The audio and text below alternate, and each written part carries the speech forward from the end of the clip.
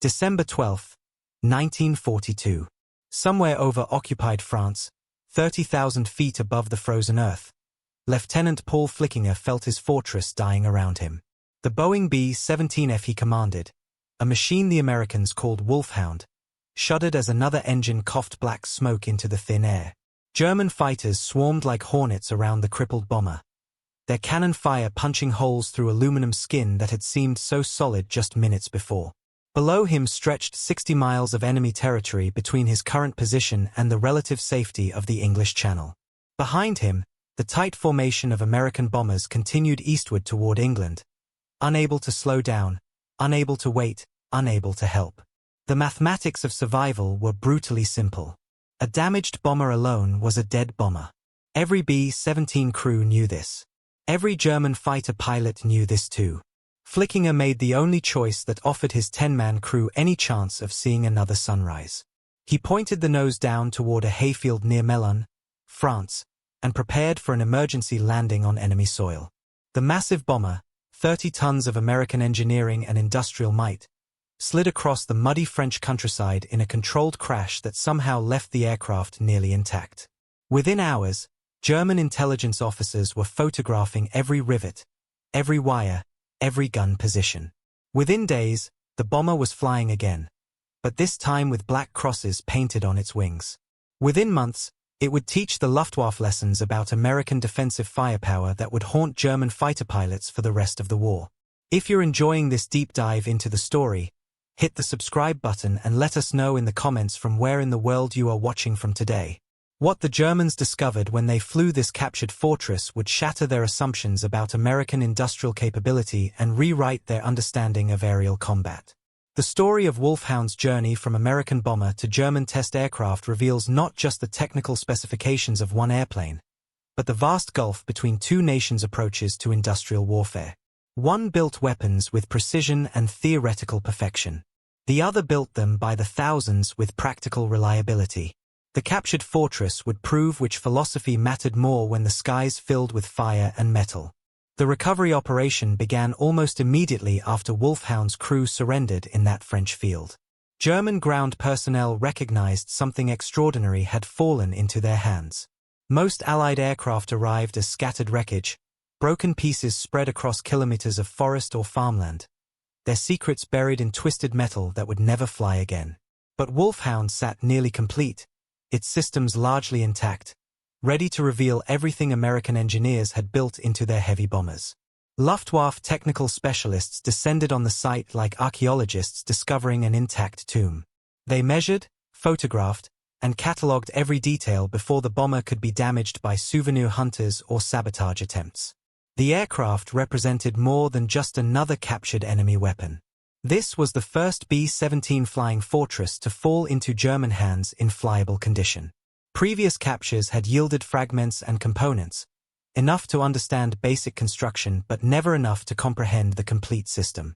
Wolfhound offered something unprecedented, a chance to test fly an American heavy bomber, to understand its handling characteristics, to study its defensive armament from the attacker's perspective, to measure its performance against German aircraft in controlled conditions. Transportation to Lechfeld Airfield in the Netherlands required careful planning.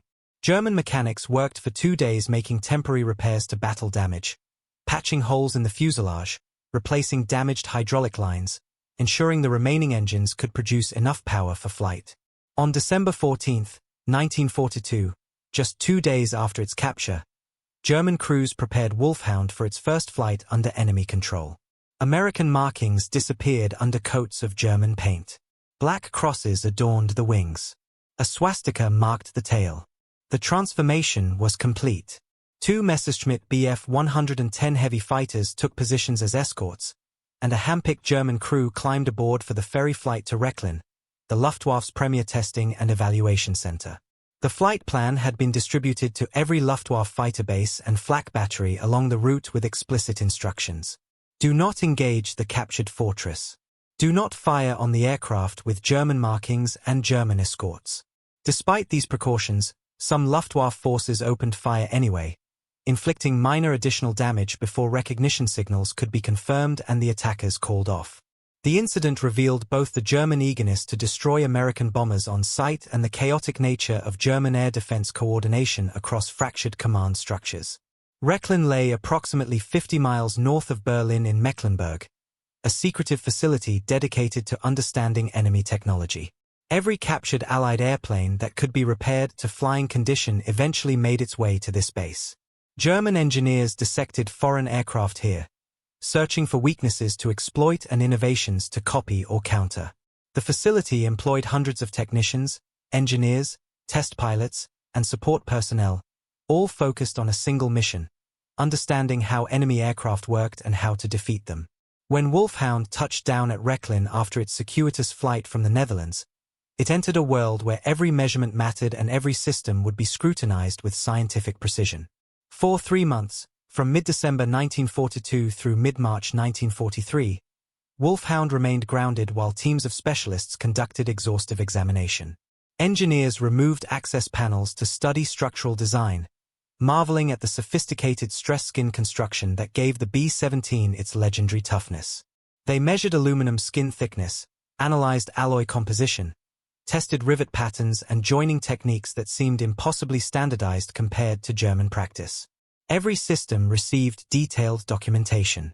The electrical network revealed American approaches to aircraft systems integration.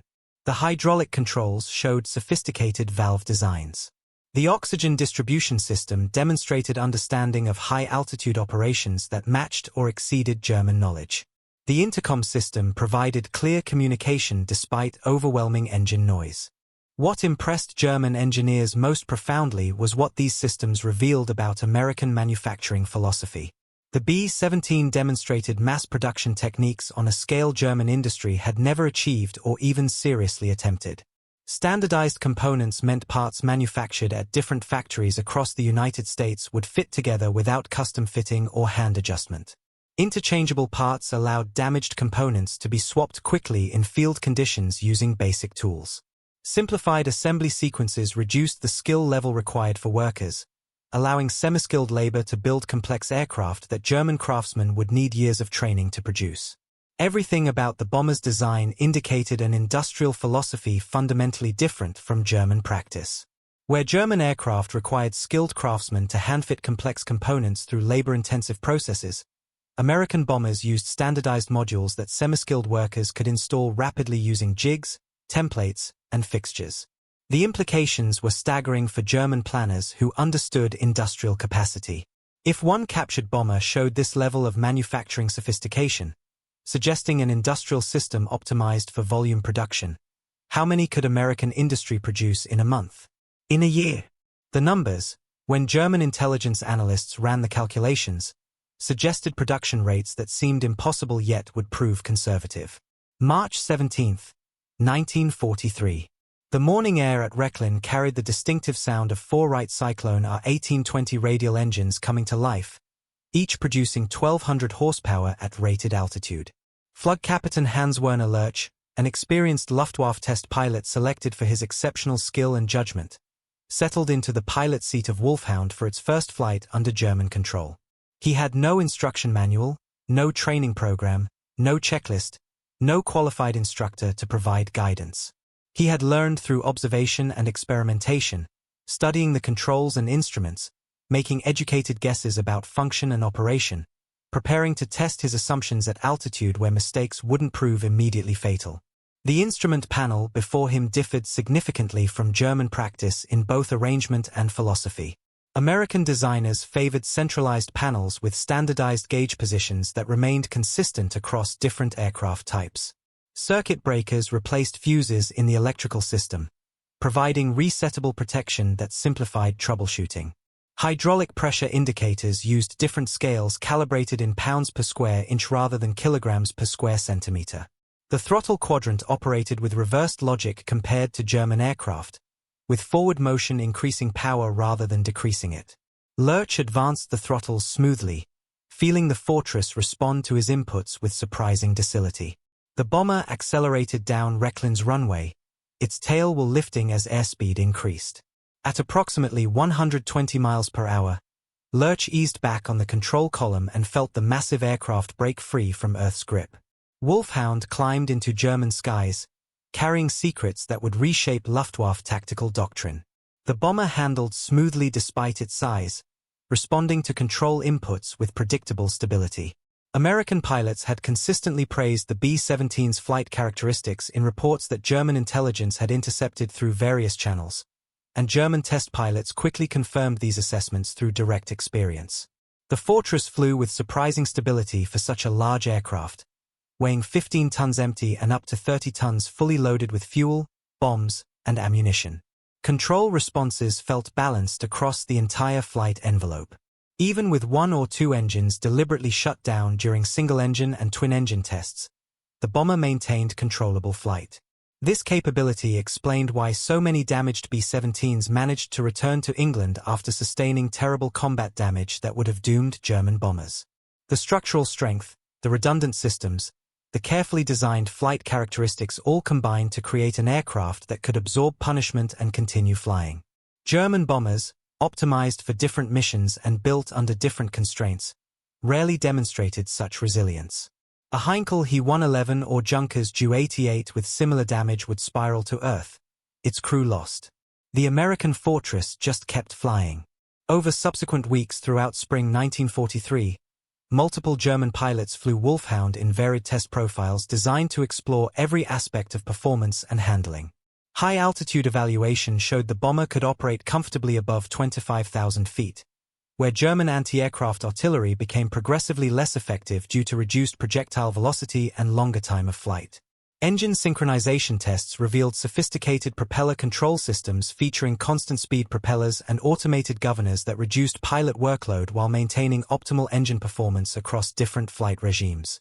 Formation flying exercises demonstrated the bomber's stability in close proximity to other aircraft, explaining how Americans maintained those tight defensive box formations that Luftwaffe fighters found so difficult to penetrate without exposing themselves to concentrated defensive fire.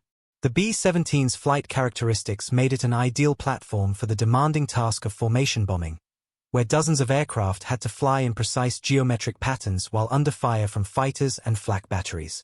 But the tests that proved most significant to German fighter tactics involved the defensive armament. Understanding the B-17's weapons suite became the highest priority for Luftwaffe tactical planners across all fighter units in the West.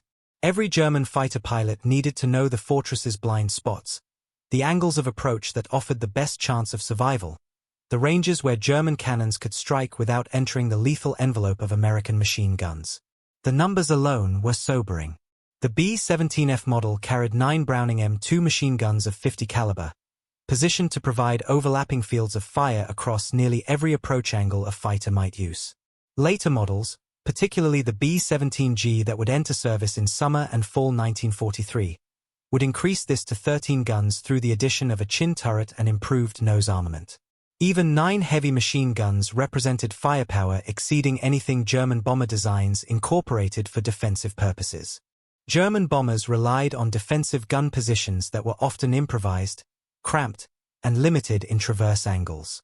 The Heinkel He-111, the Luftwaffe's standard medium bomber, typically carried 6 or 7 machine guns of mixed caliber, many of them rifle-caliber 7.92 mm weapons with limited effectiveness against attacking fighters.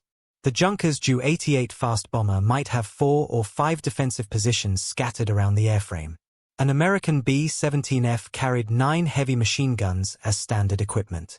Every round fired was a 50 caliber projectile capable of penetrating armor plate, destroying engines, shattering canopies, and killing pilots from ranges exceeding 600 yards. The 50 caliber BMG cartridge fired by these weapons delivered 3 times the kinetic energy of German 7.92 mm rounds and comparable energy to German 13 mm heavy machine guns. This meant American defensive gunners could engage German fighters at ranges where German defensive weapons would be ineffective. A Messerschmitt Bf-109 attacking a B-17 formation faced heavy machine gun fire from distances that German bombers could never match with their lighter weapons. Hans-Werner Lerch flew Wolfhound extensively during spring and summer 1943, accumulating more flight hours in the captured fortress than any other German pilot. His engineering background from university studies combined with exceptional natural flying ability developed through years of glider and powered aircraft experience made him ideally suited for the demanding work of test flying enemy aircraft. He would eventually fly over 125 different aircraft types during the war without a single serious crash or damage incident, a remarkable safety record that testified to both technical skill and careful methodology in approaching unfamiliar aircraft. When Lurch climbed into Wolfhound's cockpit for evaluation flights, he approached the aircraft with scientific curiosity rather than ideological prejudice. His professional attitude made him invaluable to the Luftwaffe's evaluation program. He wanted to understand how the fortress worked, where its strengths lay, where vulnerabilities might be exploited. His post-war memoir, published decades later, provided detailed accounts of his experiences with the bomber and numerous other Allied types. What impressed Lurch most about the B-17 was its sheer robustness and damage tolerance. The fortress absorbed punishment that would have destroyed equivalent German aircraft, continuing to fly and fight after sustaining damage that seemed unsurvivable. Structural strength came from heavy-gauge aluminum alloy frames and stressed skin construction that distributed loads efficiently across the entire A-frame. Multiple redundant systems meant single failures rarely proved catastrophic. Self-sealing fuel tanks prevented fires from small-caliber hits, a technology the Germans understood but had never implemented as comprehensively. Armor plate protected critical crew positions and vital systems with particular attention to protecting the pilots, engines, and fuel system. Lurch and other test pilots at Rechlin conducted numerous firing tests to understand the B-17's defensive capabilities from the attacker's perspective, the viewpoint that mattered most to German fighter pilots who would face these bombers in combat. German fighters would climb into Messerschmitt Bf-109s and Focke-Wulf Fw-190s, then make simulated attack runs on Wolfhound while it flew straight and level or performed evasive maneuvers. Ground observers photographed the engagements and recorded angles, ranges, closure rates, and exposure times. Combat cameramen filmed the exercises from chase planes, creating training footage that could be shown to fighter squadrons across Germany and occupied Europe. These exercises revealed uncomfortable truths that contradicted pre-war assumptions about bomber vulnerability. Attacking from directly behind, the traditional German approach to bomber interception that had worked well against earlier Allied bombers with limited defensive armament, exposed the fighter pilot to the most concentrated defensive fire the B-17 could deliver.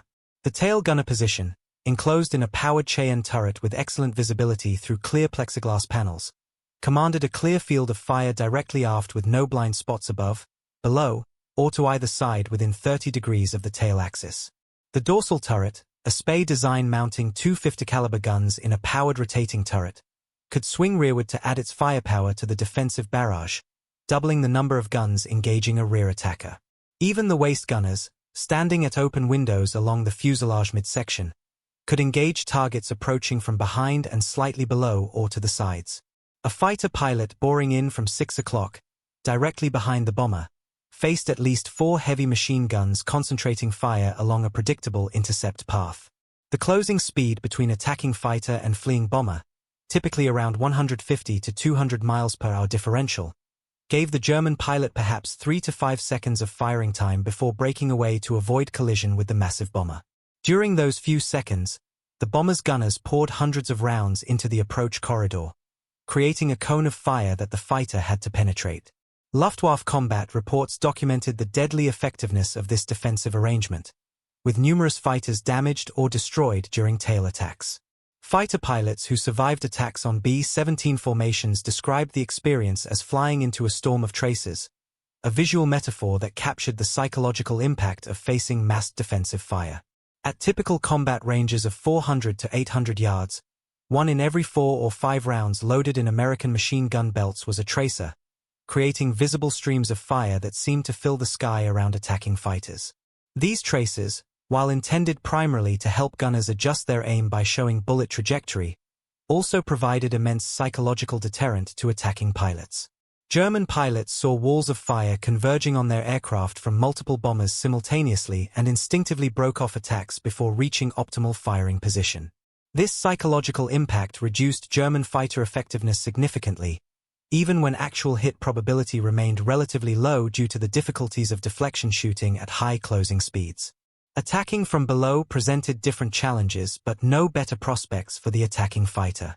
The belly turret, called the Spey ball turret by Americans, provided complete coverage of the lower hemisphere with no blind spots.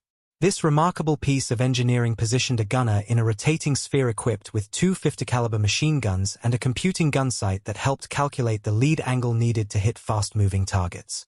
The ball turret gunner, crouched in impossibly cramped quarters with knees drawn up to his chest and oxygen mask pressed against the optical sight, could track targets through 360 degrees of azimuth and nearly 90 degrees of elevation from horizontal to nearly straight down. The physical demands were severe. The position was too small for a parachute, too cramped for much movement, and required the gunner to remain curled in a fetal position for hours during long missions. But the defensive capability was unmatched. No angle of approach from below escaped the ball turret's field of fire. German pilots quickly learned through bitter experience that attacking from beneath a B-17 formation meant exposing themselves to concentrated fire from multiple ball turrets, each one tracking their approach with mechanical precision and opening fire at maximum effective range. Side attacks faced the waist gunners positioned in open windows along the fuselage, where they endured temperatures far below zero at altitude, hurricane-force winds from the open windows, and constant engine noise that made communication difficult.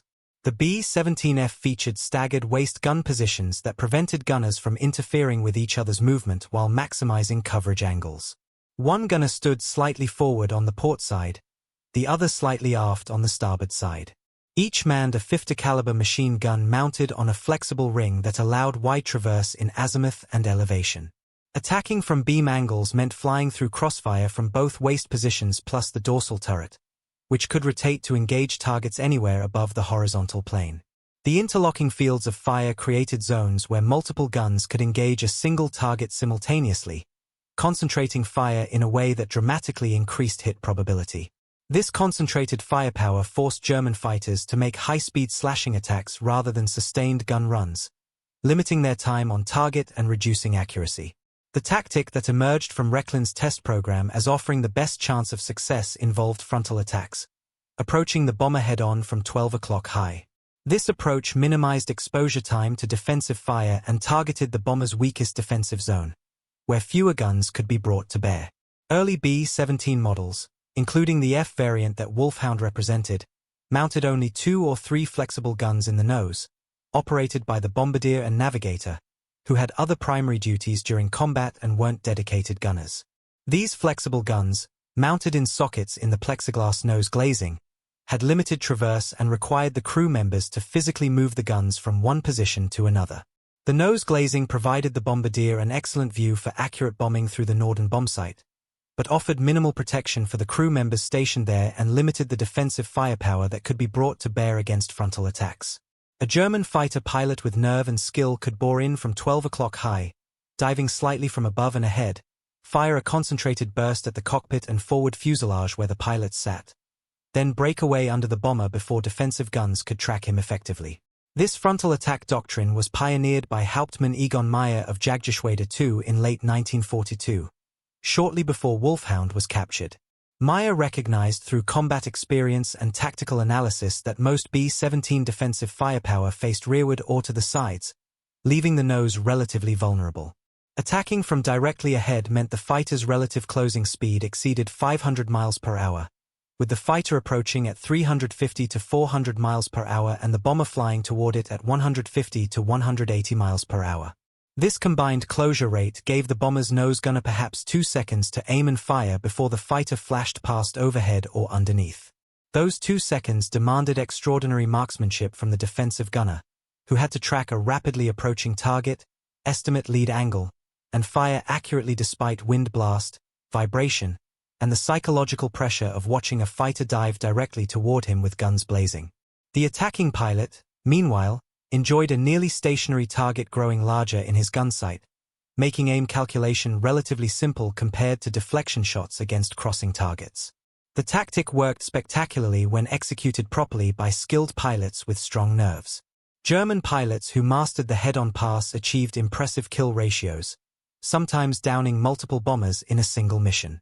But the attack demanded exceptional nerve and discipline that not all pilots possessed. Fighter and bomber hurtled toward each other at combined speeds exceeding 500 miles per hour, closing the distance between them at nearly 750 feet per second. The attacking pilot needed to hold his course directly into the bomber's nose, watching it grow from a distant speck to a massive four-engine aircraft filling his windscreen, waiting until the range closed to point-blank distance of 200 yards or less before firing his cannons and machine guns. Any hesitation, any early breakaway prompted by survival instinct, reduced effectiveness dramatically by wasting the limited ammunition carried by German fighters. The psychological pressure of watching a four-engine bomber grow larger in the windscreen while tracer fire from the nose guns flashed past the canopy proved too much for many pilots. They broke off too early, wasting their attack and exposing themselves to fire from the top turret as they passed overhead. Even successful frontal attacks often proved fatal for the German pilot despite destroying the bomber. The combined closing speed meant collision remained a constant danger that required precise timing and spatial judgment. Pilots who pressed their attacks too aggressively, fixating on their target and forgetting to break away in time, sometimes couldn't pull out before their fighter struck the bomber they were attacking. Multiple Luftwaffe fighters collided with B-17s during frontal passes, killing both crews instantly in the violent impact. Additionally, the massive bomber could absorb tremendous damage to its forward fuselage and still fly, demonstrating the rugged construction that gave the B-17 its reputation for toughness.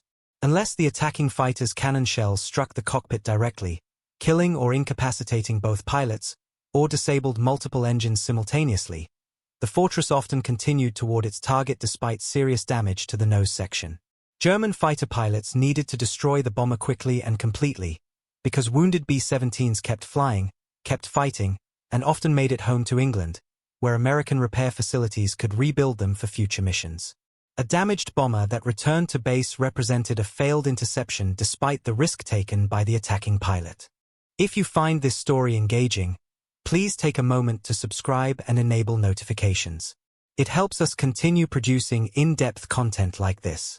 These test flights at Rechlin, combined with combat experience reports collected from frontline fighter units across Germany and occupied Europe, led to comprehensive understanding of B-17 capabilities that circulated throughout the Luftwaffe in the form of tactical bulletins, training films, and intelligence reports. But this knowledge brought little comfort to German military planners who understood the strategic implications.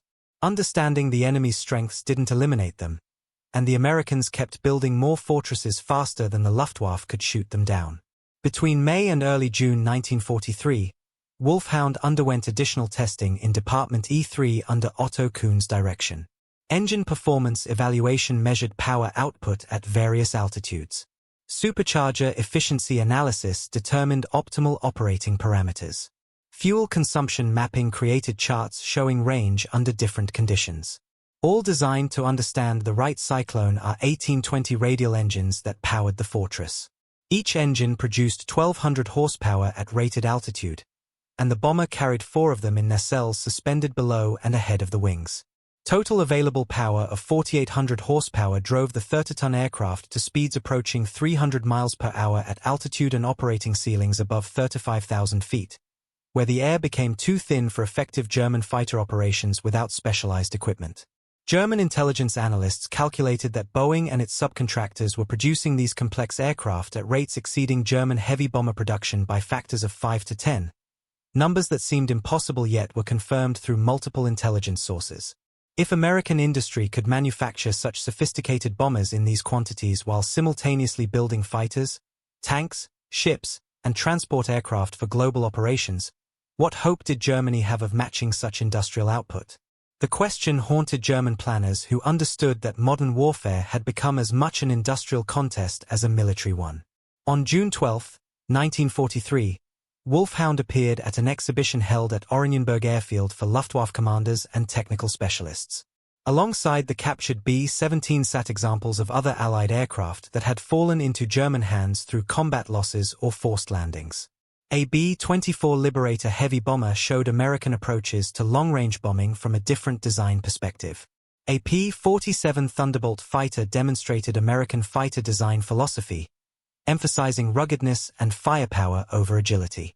A P-51 Mustang revealed the threat posed by long-range escort fighters that would soon accompany bomber formations deep into Germany. Multiple Spitfire variants illustrated British fighter evolution. An Avro Lancaster represented British heavy bombing capabilities. The display served multiple purposes beyond simple aircraft recognition training. It familiarized German personnel with enemy aircraft appearance, markings, and identification features to prevent friendly fire incidents. It demonstrated captured technology that German engineers might adapt or counter. And it provided sobering evidence of Allied industrial capacity and technical sophistication that was beginning to outpace German development in numerous areas. Luftwaffe officers who attended the exhibition came away deeply troubled by what they saw. One participant later wrote that the contrast between German and American manufacturing quality became immediately apparent even to casual observers. American aircraft components fit together with precision tolerances that German craftsmen admired. Matching construction quality across thousands of aircraft indicated sophisticated quality control. Smooth finishes reflected attention to aerodynamic detail. Careful assembly showed systematic production methods rather than improvisation. German aircraft, produced increasingly with slave labor under constant Allied bombing that disrupted supply chains and destroyed tooling, showed rough workmanship, mismatched panels requiring hand-fitting, and improvised repairs using non-standard materials. The implication was unmistakable even to officers with limited technical knowledge. German industry was struggling to maintain production of increasingly obsolescent designs while American factories turned out superior equipment in overwhelming quantities. After its appearance at the Oranienburg exhibition, Wolfhound returned to Rechlin for one final test program before transfer to operational service in July 1943. Engineers equipped the bomber with glider towing apparatus to evaluate its suitability for transport operations. The DFS-230 combat glider program required powerful tow aircraft capable of hauling the loaded gliders to operational altitude, and the B-17's four engines provided ample power for this demanding mission. Test flights between June 16 and early August evaluated towing procedures, release mechanisms, and formation flying with gliders in trail. The tests proved successful from a technical standpoint, demonstrating the B-17's versatility beyond its primary bombing role. But Germany's glider forces were in decline after catastrophic losses during airborne operations in Crete, where German paratroopers suffered 50% casualties, and in other theaters where airborne operations proved costly beyond acceptable limits. In September 1943, Wolfhound transferred to a new assignment that would take it from the test facilities at Rechlin to operational service with one of the Luftwaffe's most secretive units. Kampfgeschwader 200 operated from Rangsdorf Airfield near Berlin as a special operations wing unlike any other in the German Air Force. Kilogram 200's mission portfolio included long-range reconnaissance flights deep into enemy territory using aircraft that could blend with enemy formations, insertion and extraction of intelligence agents behind Allied lines, supply drops to German forces operating in partisan-controlled areas or cut off by enemy advances, and testing of experimental aircraft and weapons too sensitive for standard evaluation units. The unit operated an eclectic collection of German and captured Allied aircraft selected for specific mission requirements rather than standardized logistics. Alongside German types like the Junkers Ju-290 long-range transport and Heinkel He-111 medium bomber, Kilogram 200 flew captured Soviet aircraft for operations on the Eastern Front and multiple American bombers for operations in the Western and Mediterranean theaters. The B-17's long range exceeding 2,000 miles, high-altitude capability above 25,000 feet, and rugged construction that could survive damage and harsh conditions made it ideal for many of the unit's missions. Flying captured American bombers deep into Allied-controlled territory offered unique advantages that justified the logistical burden of maintaining non-standard aircraft. At night or in poor visibility conditions, Allied radar operators and fighter controllers might mistake the German crewed fortress for a friendly bomber returning from a mission over Europe, allowing the intruder to penetrate Allied airspace undetected or unchallenged. The deception could buy precious minutes or even hours before defenses reacted, time that could mean the difference between mission success and failure. Even in daylight, a B-17 flying at high altitude could potentially join American formations for short periods, gathering intelligence on tactics, formations, and radio procedures before breaking away. At Rangsdorf, Wolfhound received a new paint scheme designed for night operations over Allied territory. Dark camouflage colors in blues and grays replaced the earlier test aircraft schemes. Kilogram 200 side codes were applied to both sides of the fuselage, identifying the aircraft to German forces while maintaining some operational security about its specific unit assignment. Detailed documentation of Wolfhound's operational service with Kilogram 200 has been lost to history, scattered across archives that were destroyed or dispersed, concealed by participants who survived into the post-war era when certain operations remained classified for decades, or simply never created due to the secretive nature of special operations work.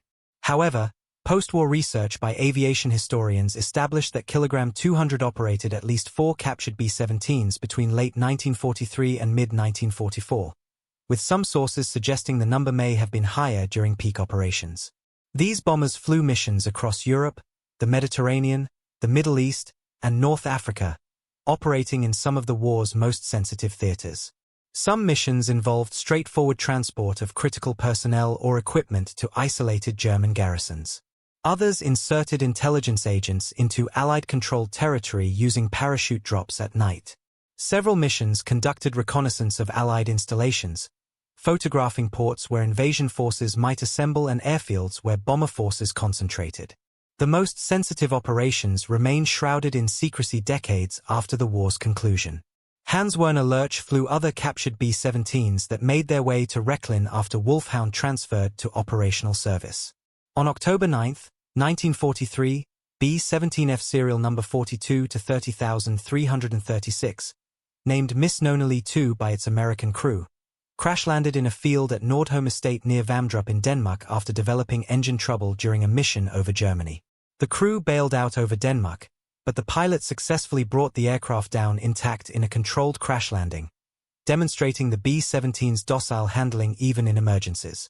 German recovery teams arrived quickly, understanding the value of captured American bombers, and Lurch himself flew the bomber out of the field to Esbjerg Airfield, then on to Rechlin for evaluation.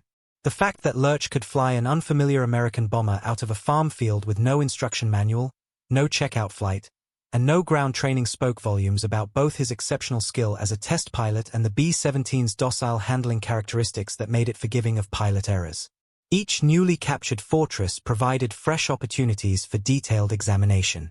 Engineers compared different production blocks looking for evolutionary changes that might indicate vulnerabilities to exploit or improvements that required new German countermeasures.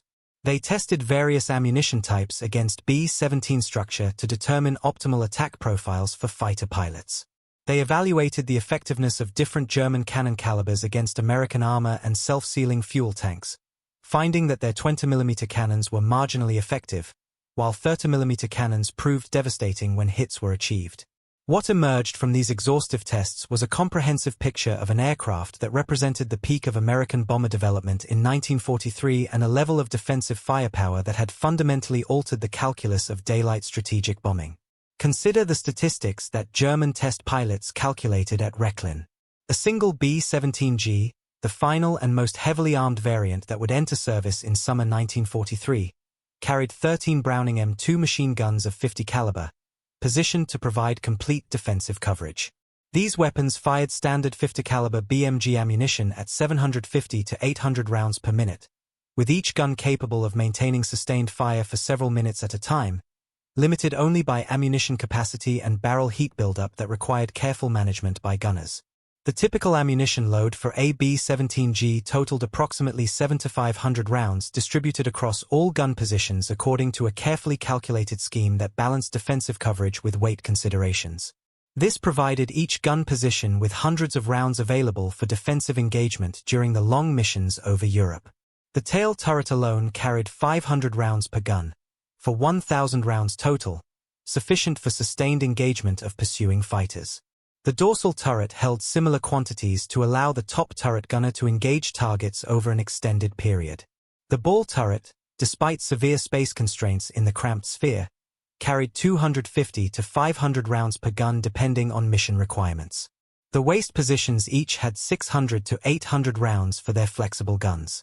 When German test pilots at Rechlin calculated the combined firepower of a single B-17G firing all guns simultaneously at a target, the numbers proved staggering and explained why bomber crews had such confidence in their defensive capabilities. 13 guns at 750 rounds per minute each produced a combined rate of fire approaching 10,000 rounds per minute across all positions. Translated to rounds per second to better understand the immediate tactical effect, a fully engaged fortress could throw approximately 160 heavy machine gun bullets into the surrounding airspace every second, creating a cone of fire that filled the approach corridor with lethal projectiles. But American bombers never flew alone over enemy territory.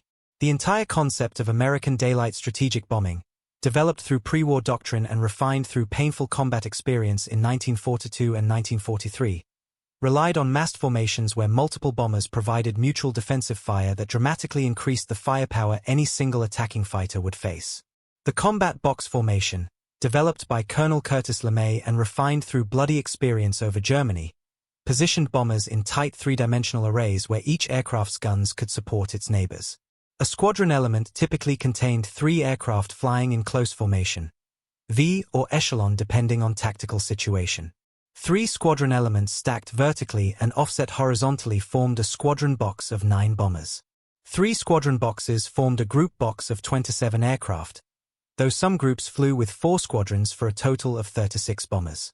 A typical 3-squadron group box contained 18 to 27 aircraft depending on attrition and maintenance status. If each bomber carried even 9 guns instead of 13, assuming a mix of F and G models in the formation, the group's combined defensive armament exceeded 180 heavy machine guns providing interlocking fire. 3 such groups combined to form a wing box with 54 to 81 bombers and 500 to 700 machine guns providing interlocking defensive fire that created zones where attacking fighters faced concentrated fire from dozens of bombers simultaneously. German fighter pilots attacking such formations described approaching a wall of traces, a vivid description that captured the visual and psychological impact of massed defensive fire.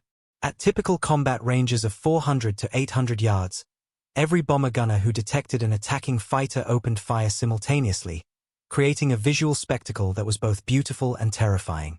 50 or more machine guns might concentrate fire on a single fighter making a head-on pass through the formation, with each bomber's gunners tracking the target and firing at maximum rate. The psychological impact overwhelmed many pilots regardless of actual hit probability, which remained relatively low due to the difficulties of deflection shooting, range estimation, and the brief time available for engagement.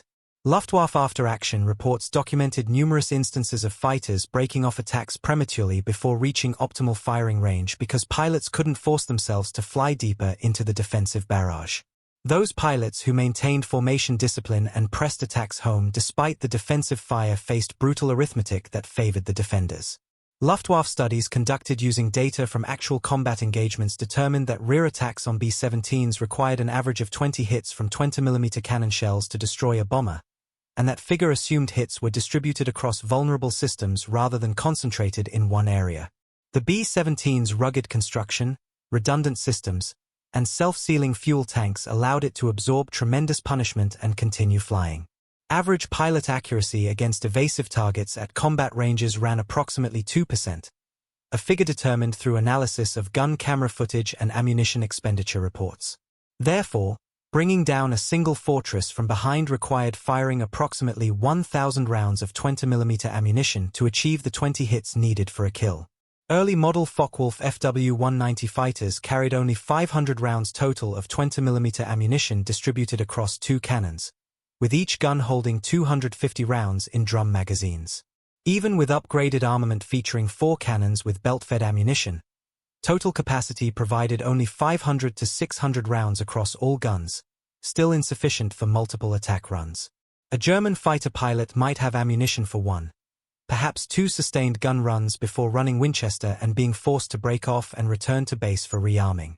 Meanwhile, the bombers continued firing as long as they detected threats, their thousands of rounds of 50 caliber ammunition allowing prolonged defensive engagement throughout the mission. While individual bomber gunners achieved relatively low hit percentages due to difficult deflection shooting at extreme ranges and high closure speeds, the sheer volume of fire made hits statistically inevitable when dozens of bombers engaged a single target. Luftwaffe fighter losses climbed steadily through 1943 as American bomber streams grew larger and more frequent, while German fighter forces struggled to regenerate losses faster than combat attrition and training accidents destroyed them. Frontal attacks offered better kill ratios for skilled pilots but demanded extraordinary skill and courage that not all pilots possessed. Approaching head-on meant the fighter closed at combined speeds exceeding 500 miles per hour with both aircraft moving toward each other at maximum speed. At that closure rate, the target picture changed dramatically every second, requiring constant attention and rapid decision-making. Range estimation became critical to attack success, as opening fire too early meant rounds dissipated without effect, while waiting too long made collision unavoidable. The optimal firing envelope lasted perhaps 2 seconds from 400 yards to 100 yards, a brief window requiring precise timing.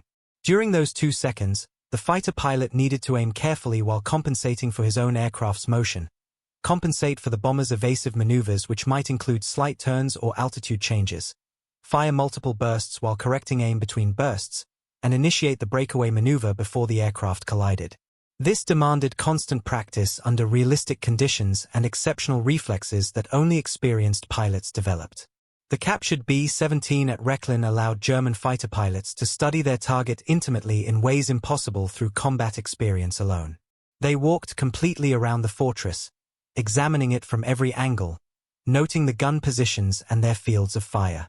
They climbed inside through the waste windows and crawled through the cramped interior, experiencing the limited space and difficult working conditions that bomber gunners endured.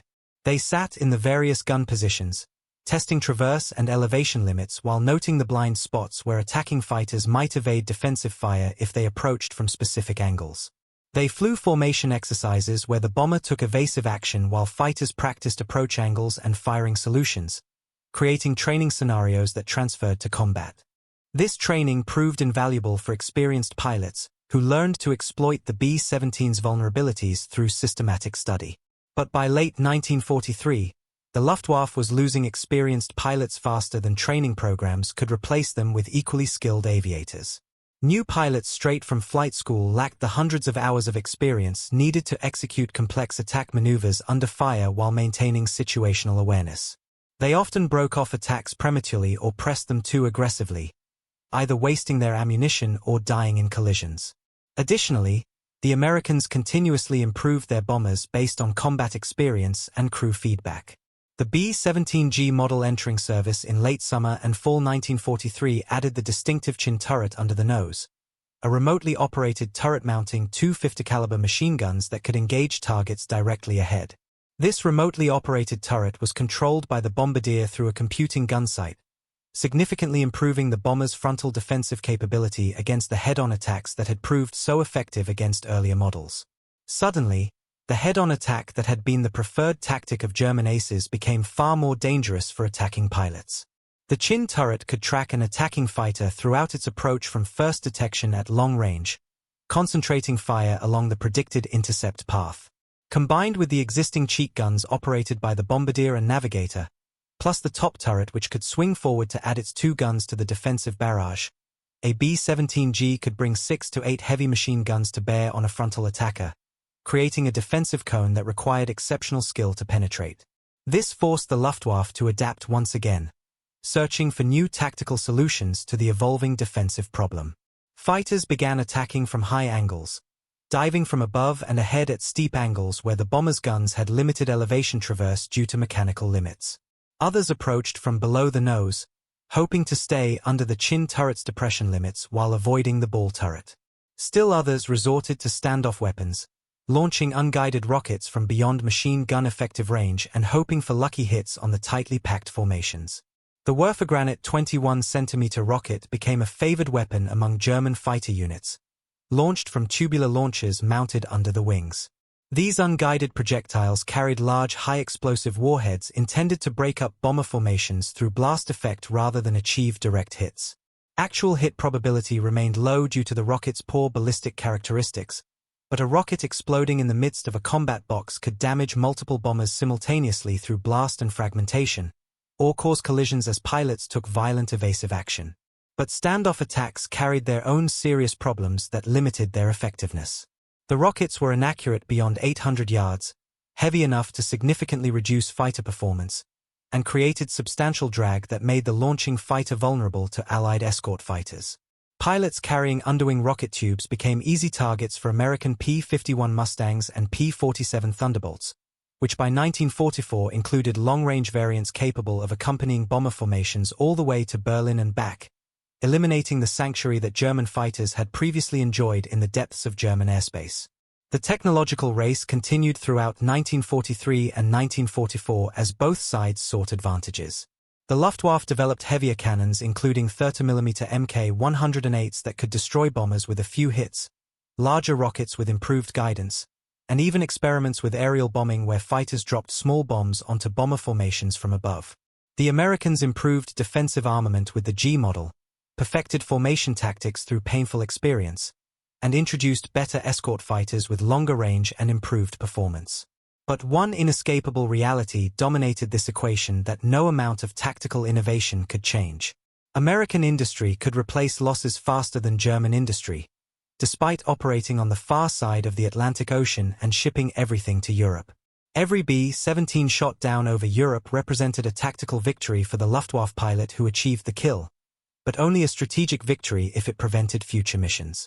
Within weeks, sometimes mere days, another brand new fortress, fresh from Boeing's production lines in Seattle, from Douglas plants in Long Beach, or from Vega facilities in Burbank, would replace the lost bomber, arriving in England with a fresh crew ready to continue the bombing campaign. Production statistics told a story of overwhelming material advantage that German intelligence analysts understood but could do nothing to counter. Boeing, Douglas, and Vega built 12,731 B-17 bombers between 1935 and 1945, with the overwhelming majority produced during the peak war years of 1943, 1944, and 1945. Boeing's Seattle plant alone built 6,981 B-17s across all variants. Douglas contributed 3,000 from plants in Long Beach, California. Vega, a Lockheed subsidiary, added 2,750 from Burbank, California. Peak production in 1944 saw Boeing alone building approximately 362 B-17 bombers per month, more than 12 per day from a single manufacturing facility. A rate that seemed impossible to German observers but was verified through multiple intelligence sources. German four-engine bomber production never approached these figures despite having a more advanced aviation industry at the war's start. The Heinkel He-177, Germany's only operational four-engine heavy bomber and the result of years of development, suffered from chronic engine fires due to its unusual coupled engine design and mechanical problems that limited operational availability.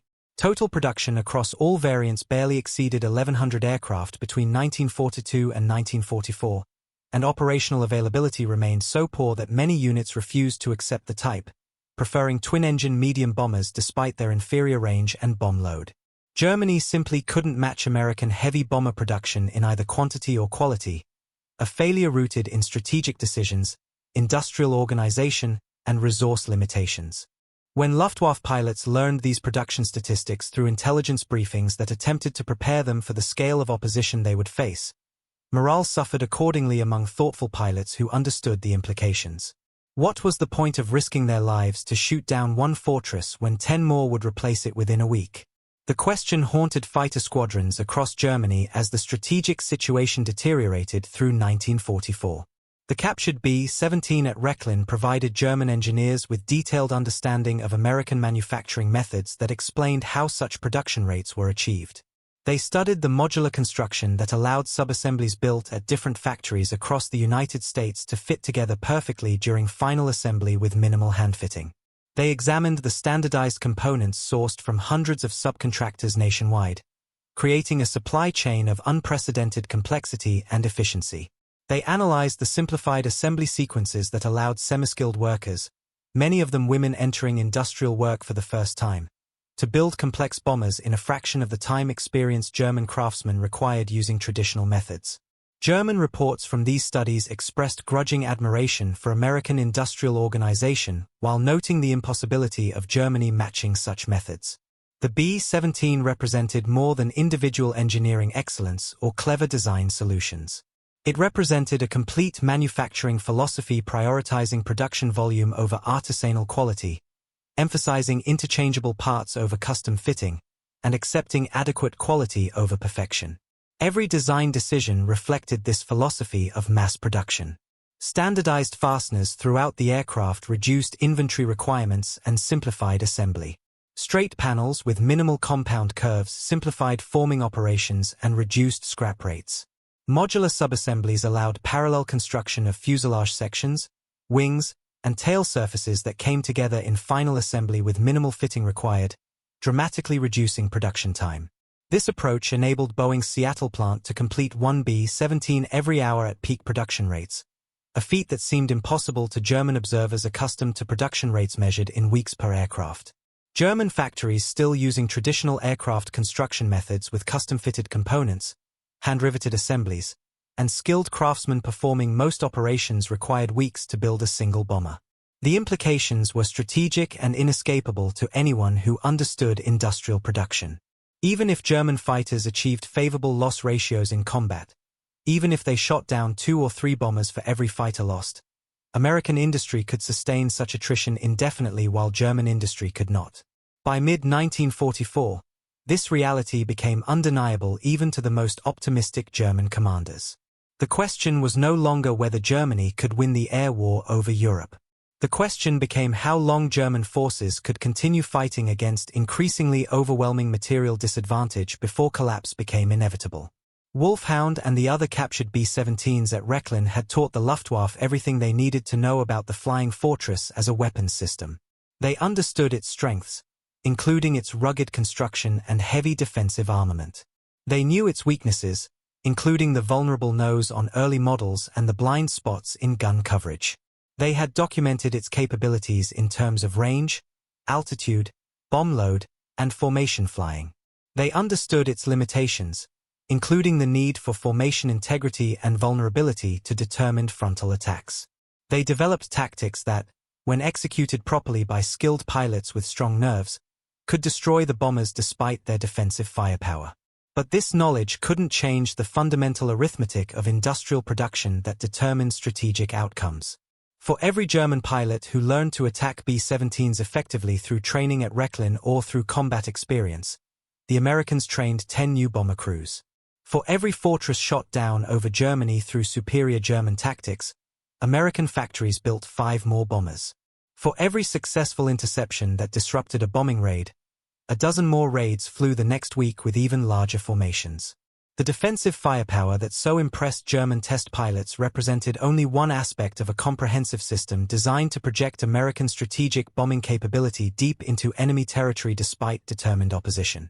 The B-17 combined long range exceeding 2,000 miles, high-altitude capability above 25,000 feet, heavy bomb load of 4,000 to 8,000 pounds depending on mission requirements, rugged construction that could absorb battle damage, and devastating defensive armament into a single package that, when multiplied across hundreds of aircraft flying in mutually supporting formations, created an aerial weapon that fundamentally changed the nature of warfare.